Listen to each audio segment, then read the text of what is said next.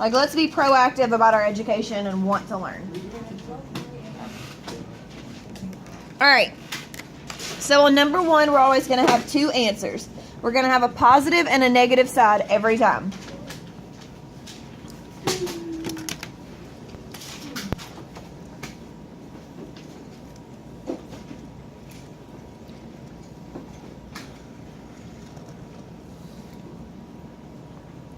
I'm going to block this off so that I know what goes with what problem, because I'm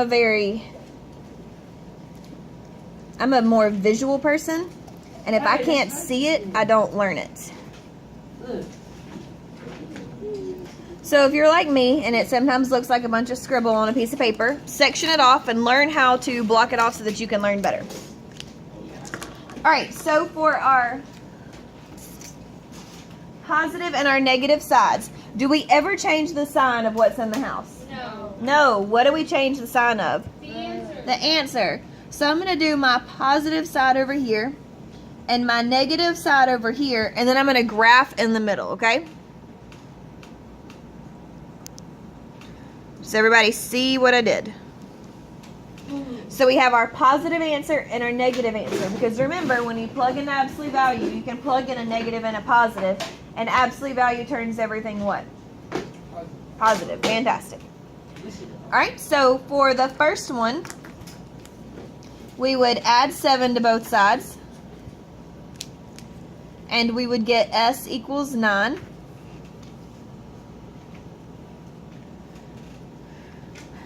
Over here, my orange is dying, so I'm going to switch colors. Over here, we would add 7 to both sides, and we get S equals 5.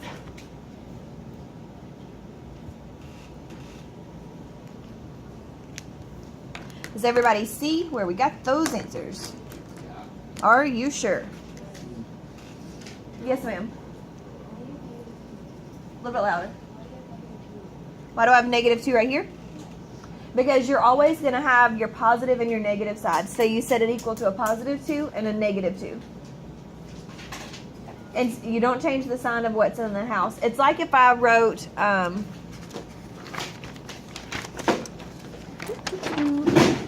the absolute value of X equals 5, okay? We know that we can plug 5 in there and get 5, correct?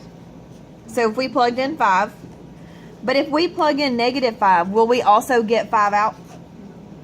We will, because it turns it positive. It turns everything positive. So that's why each time you have a positive answer and a negative answer.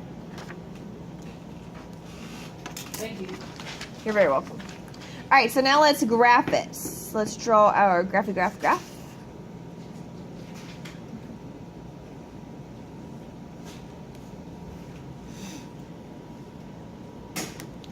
All right, and so we're going to put a dot over our answers. Now we have an answer. What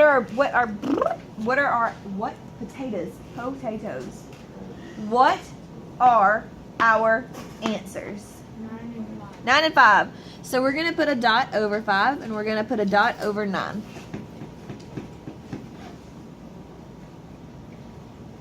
Now, what else do we have to have on our graph besides our dots? The units? The units and the number in number in the middle, the number halfway through. So you can find the middle 2 ways. You can count in 1, 2, and 7 is the middle, and that's 2 units. Or this number is always the middle, and this number is always the units. Do you guys remember us talking about that? Yes. That's even on your notes that we colored and everything.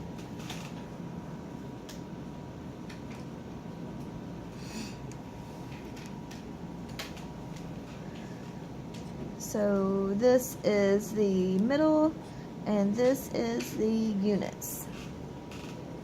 And it's +7 because we take the sign of what's in the house. Are we ready for number 2? So we're going to have to start working a little faster on these problems. You guys are going to need to speed it up because we got 24 minutes together. So the number line doesn't matter. You need to start one. No, that doesn't matter. But remember, your positives always increase on the right, and your negatives are always on the left, decreasing. So would this be correct if these were negatives? No, it'd have to go the opposite way. All right, on number 2, we have to get the absolute value by itself before we can break it down to our positive and our negative. So how would we get the absolute value out of a fraction? Negative. Multiply both sides by -3. And we get the absolute value of x minus 6 equals -6. It's no solution. Why is it no solution? Because absolute value can never equal a negative number, so no solution. And let's make ourselves a note that says that absolute value can never equal a negative. Oh, okay.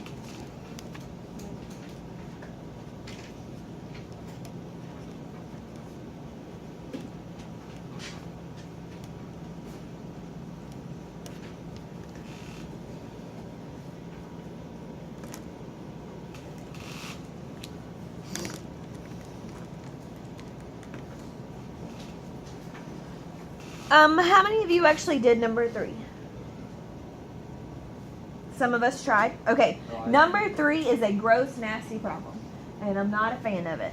So instead of doing number 3 like this, I'm going to rewrite this problem, and we're going to do a new one together real quick, okay? That's like the one on the test. Wait, so x is around? Yes. All right, so I want to do the absolute value of 2/3 x minus 4 equals 10. Now, this one isn't going to be as gross. The graph is going to be a little hinky, but we can still do it. We're ninjas. You are? We are. Ooh. You guys ready? No, hold on. No. Yes. Can you just erase? Or do it on a separate sheet of paper. Do you need a piece of paper? Okay. All right, so we break it down into our positive and our negative, and we have 2/3 x minus 4 equals 10, and 2/3 x minus 4 equals -10. Got it right faster.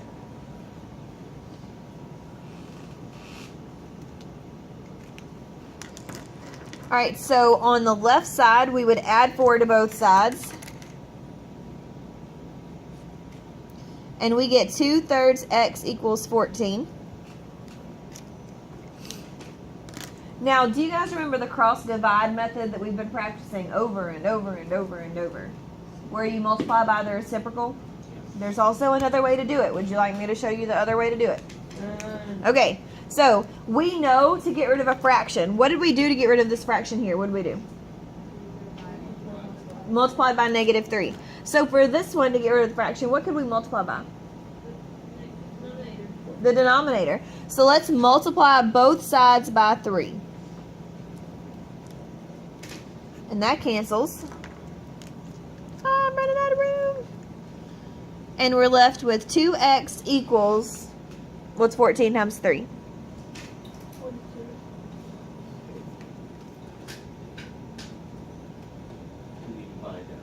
And then you divide it by 2. Is that easier? Yes. Okay.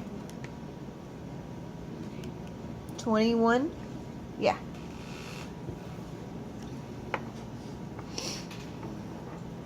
All right, now over here on the right, to solve that one, you would do 2/3 x equals -6. Who can tell me where I got -6 from? -10 plus 4. Awesome. You add 4 to both sides. We still do the same thing. We're going to do the same trick with our fraction. We're going to multiply both sides by 3. And then we're going to divide by 2. And x equals -9. Now to graph it, you still do the same thing. You put your dots on there, and I'm running out of room to graph this one, and we need to move on. But you graph it doing the same methods. Can you guys handle that tomorrow? Wait, so the middle would be. The middle would be 4 divided by 2/3. Okay. So to find your middle, guys, All you do is 4 divided by 2/3 because of this number right here. And to find your distance, you do 10 divided by 2/3. And it won't be a funky number. It won't be a gross fraction. 4 divided by 2/3 is, I think, 6. And 10 divided by 2/3 is 15. All right, ready for 4?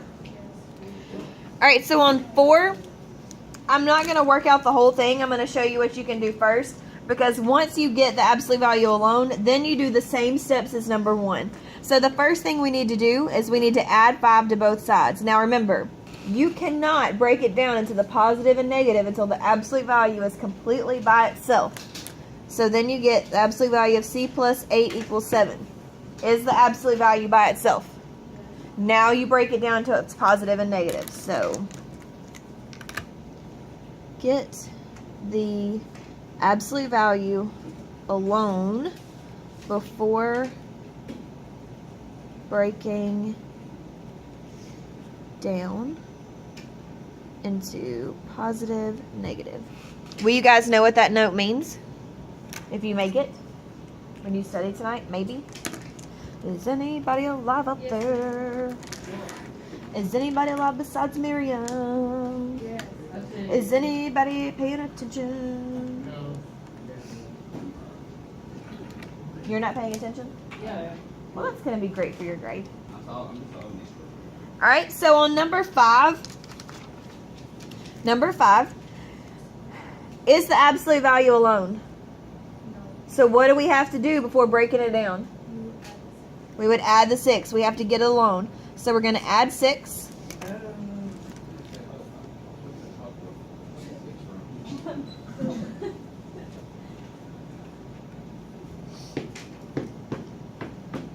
Is the absolute value alone now? No. So what do we need to do? Baba 2. Divide by 2. We cannot distribute. It's like bars. You can't distribute in the bars. You only distribute with the parentheses, okay? The absolute value of 4x plus 9 equals 9. And tonight I will go through and rework all of these for you just to double check so that after you work them again, you can make sure you have them correct. Will that help anybody? Yes. So you Yes. cross out the 2 like over Yes. Oh. Yeah, cross out the 2 over there. This kills this guy, and then you divide. Also, I'm gonna get here early in the morning, so if you want to get here early, let me know, and I'll write you a pass so you can come in here and we can study before the test. Wait, Awesome. Miss Asper, are there going to be a lot of questions on the back, like the back ones? There are 20 questions total on the test. There's one word problem that's like the proportions, and then there's 3 or 4. There's 1, 2, 3, 4 literal equations. 1, 2, 7 absolute value.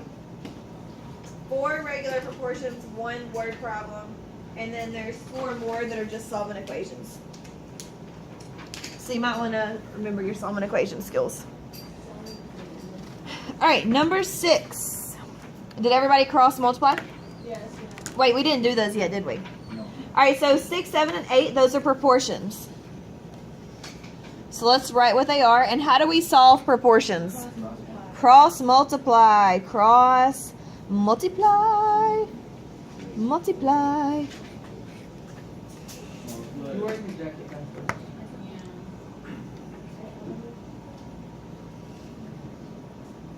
All right, so we can do 6 just fine. We did that for our bell ringer, so you guys know how to do that.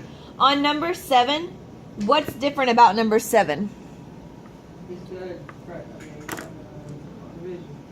You have to like get rid Is You have to make it like a problem. You have to make it a problem, and you have to put it in parentheses, right? Yeah. Okay, so on that one, when we cross multiply, we get 3 times 2x minus 3 equals 35. You guys remember when we did that mystery number? That was part of what you did. Can we distribute now that we have parentheses? Yes. You can distribute with parentheses. You cannot distribute with bars. So you distribute, and you get 6x minus 9 equals 35. Does everybody see where I got those numbers from? Cameron, you should write this down, honey. And then we add 9, and we get 6x equals what?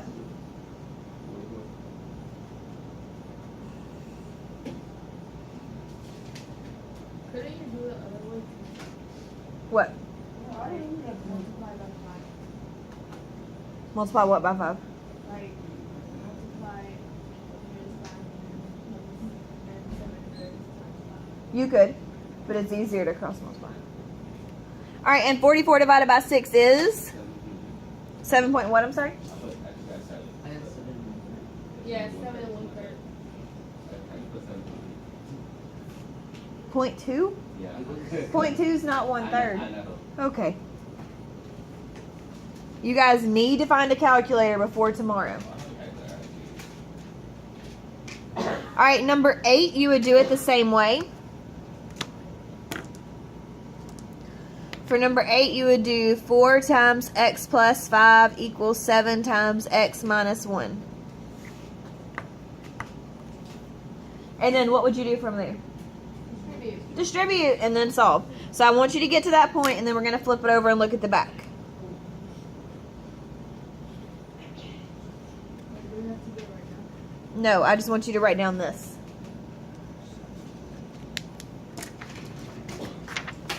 All right, here we go. Here we go. Here we go. Here we go. Here we go. Here we go. All right, number 9. This is a lovely word problem that you're also going to set up a proportion on. So it says the chance of a woman getting breast cancer in her lifetime is 1 out of 8. So can we turn that into a fraction? We're going to turn it into a fraction of 1 divided by 8. And it says at this rate, how many women in a classroom of 32 women would be expected to come down with breast cancer in her lifetime? So you would do x divided by 32. So 1 out of 8 is our first ratio. X divided by 32, because we're trying to figure out how many out of 32 would give us that. What would we do from there? Cross multiply. And 8x equals 1 times 32 is 32. And then what would you do? Divide by 8. And what does x equal? All right. Oh, that was easy. Don't be afraid of word problems. One more time? No, you could have just divided. Yeah. There is more than one way to do it, but just so you get in the habit of with these setting up a proportion is easier. Oh, yeah. It's a good thing to do. The building is this Friday. Oh, Then you need to get with me Thursday. I take 2 tests for one. All right, number 10 Oh, says an employee working at an electronics store earned $3,582 for working 3 months during the summer. What did the employee earn for the first 2 months? How do you guys think we would find that? Divide what? 3,000 And then what would we do? equals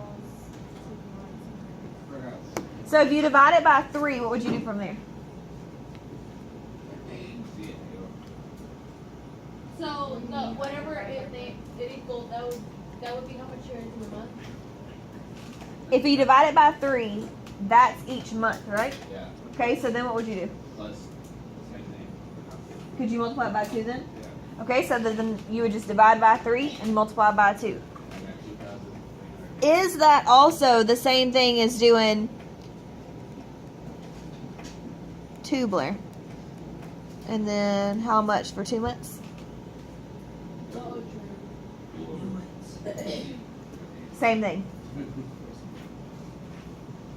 Could you also do it 2 and then divide by 8? One more time. Could you also like Do 3 divided by 582 and 2 divided by x? 2 divided by 8? No, because your money has to be on top if your money's on top over here. There's one word problem on the test. Yeah. There are 4 of these, though. 4 of the literal equations. So I would make sure you guys study your literal equations tonight. One more time. What does it mean? I didn't get it. This? 11. 11? Okay. So these are literal equations. How many of those are there? 4. And remember, with literal equations, what did we talk about? Starts with an F. Force field. Alright, so literal equations, force field. So this problem says L equals P times R times T, solve for T. So what are we going to put our force field around? T. T. Alright, so put your force field around T.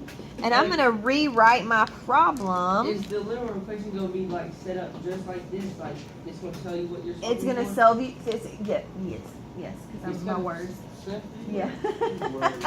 It's going to tell you what to solve for. All right, so now that's t times r times t. How would we get t by itself? Divide. Divide by what? Nope. The force field's around t, so we can't touch it. What do we divide by? P and R. Remember, the force field blocks you from doing anything. That's why it's called a force field. That's fine. So what does T equal? L divided by PR. These are alright.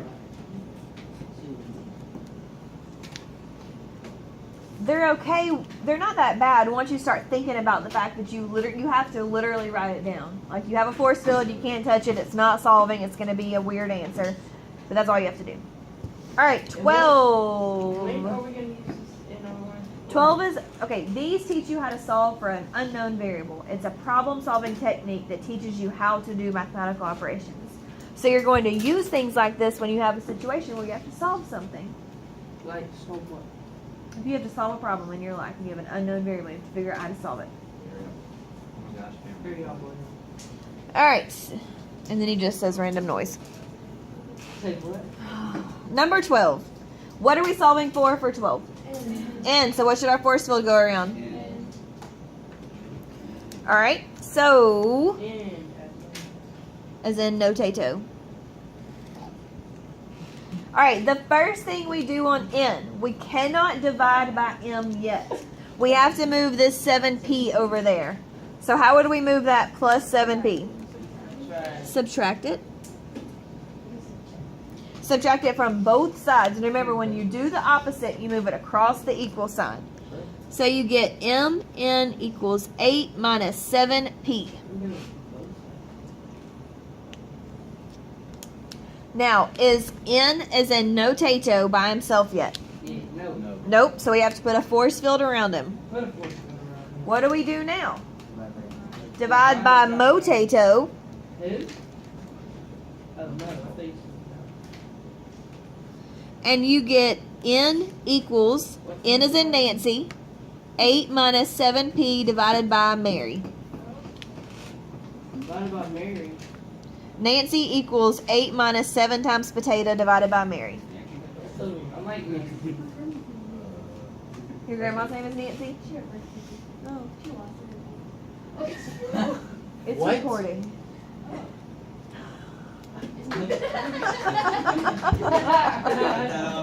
Oh my ham sandwich. Sorry, y'all.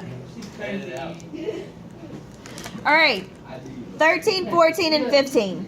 All these are word problems that are still literal equations. So what I want you to do on these is I want you to write the formula it tells you. So the formula it gives us is C equals 2 pi r. See? And what does it say solve for? 2 pi pi. It says to solve for r. So what's our force field going around? Look at the pot Oh my gosh. sign. All right, so I want you to work out that one on your own. Not right now because we need to finish writing 14 and 15. I don't want to do no wrong. 14 gives us the formula for perimeter. So let's write down that formula. P equals 2L plus 2W. What are we solving for in this one? Nope. What does it say to solve for? Read the whole thing. Solve the formula for the perimeter of a rectangle for W. So what's our force field going around? All right. It is just like the one we had in our notes. It is? Oh my. All right, now this one says it's finding points, so let's write our equation down. X divided by A plus Y divided by B equals 1. We are not afraid of fractions, so we can do that. Oh, yeah. Now, what variable does it ask us to solve for? X. So what's our force field going around? Now, looking at your study guide, would anybody like any extra problems for them to practice on tonight? Okay, which kind of extra problems do you want? I don't really know. Do you want absolute value, ratio, or literal equation? Literal equation. Absolute value. So we want some absolute value and some literal. Anybody want proportions? I'll lose one. Okay, so a little bit of each. All right, on a separate piece of paper.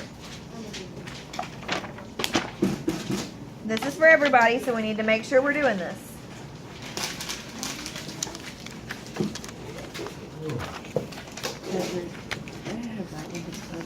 You cannot have my study guide to study. That's why you make your study guide. No, I did make it, but it'd be easy for me to read that and like.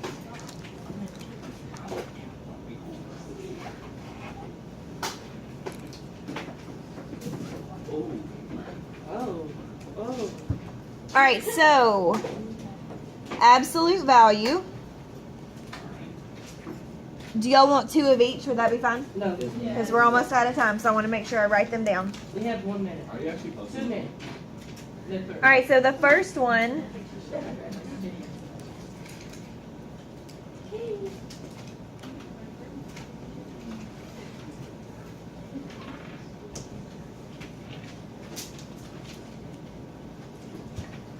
All right, so there's our absolute value.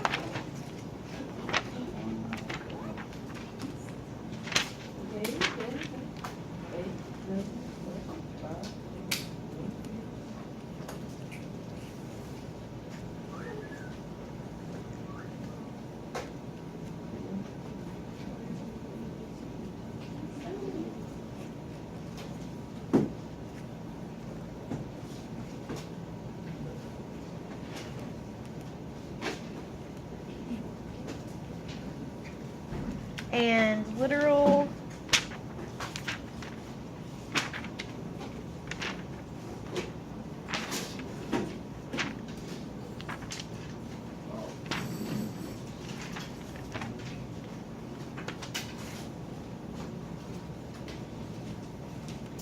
Yes, ma'am. I'll put your shoe on. I don't like it. I like it. So of course I like it. This one, right? Yes, ma'am. Is this also for a grade? Oh, did it fall? Yeah. They all do.